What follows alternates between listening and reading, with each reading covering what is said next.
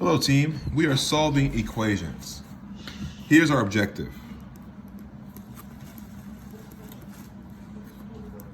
Our goal is to isolate the variable. Okay, and when I say variable, I mean the letter. Okay, so for example, we're talking about i.e. x equal to something, y equal to a number. Okay, so we want to isolate the variable. We want to get the variable by itself. Okay, now how do we do that? We use inverse operations. We use inverse operations. That's how we go about isolating the variable. Okay? So, what is inverse operations? It means that in order to get our letter by itself, we have to look at what's around it and do the opposite of it. Okay, so let's say if we see addition, what is the opposite of addition? It is subtraction. Okay? All right. Because inverse means opposite. What about if you have something negative? What do? What's going to be the inverse of that negative term? Oh, it's going to be positive. Okay? So inverse operations means that whatever you see, whatever sign you see, you do the opposite of that sign. Okay? If you're seeing addition, you'll do subtraction. If you see subtraction, you'll do addition. Okay? Now, let's put this into practice.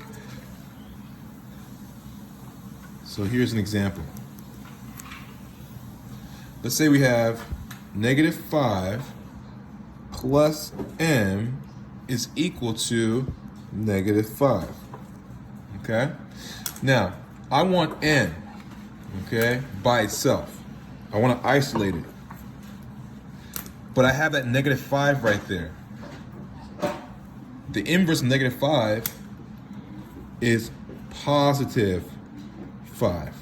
And whatever you do on one side of the equation, you must do on the other side of the equation. Okay? Because when we talk about equation, it means it has an equal sign. Okay? So if we add 5 to this side of the equation, we must add 5 to the other side of the equation. Okay? Because there are two sides to the equation. That's the middle ground, and then you have one side here and one side here. Okay? Alrighty. So we keep our equal sign consistent with the one above. We draw a line here. Okay?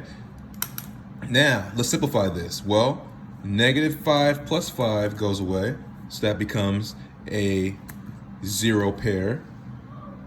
That becomes 0. If I give you $5 and then take away $5, then you have $0. Okay? Now, m drops down because now it's by itself. Yay, that's what we want. We want to isolate m. So now we have m by itself. There's nothing else around it. But now we have to simplify. What is negative 5 plus 5? Oh, that's 0.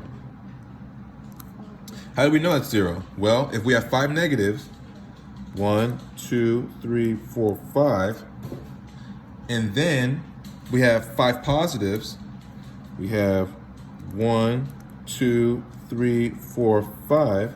Well, we have a 0 pair there. Plus and minus makes 0. Then we have 0 here. Then we have 0 here, 0 here, and 0. What are we left with? We're left with 0. So that's why m is equal to 0. Okay? There's no pluses left. There's no minuses left. There's nothing left. So it's 0. And that's what m is. M is 0.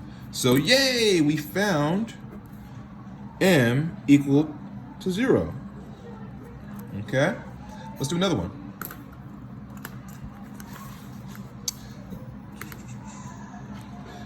Let's say we have, here's another example. Let's say we have x minus negative 15 equal to 6. Okay? Now, we first look at our problem. We see two negative signs. And when we see two negative signs right next to each other, it becomes a big positive term. It's a big positive term, okay? So what we're really looking at is x plus 15. Now, again, we want x by itself, right?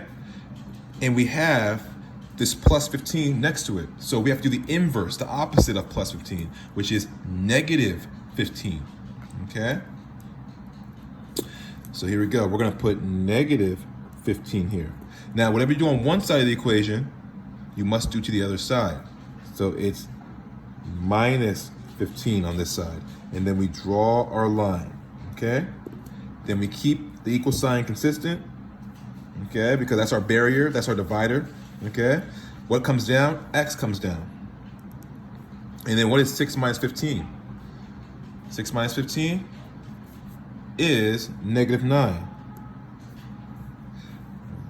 And there's our answer. Now let's say, well, how did Mr. Henry get negative 9? Well, let's use the P&N chart, the positive negative chart. Well, if I circle this term,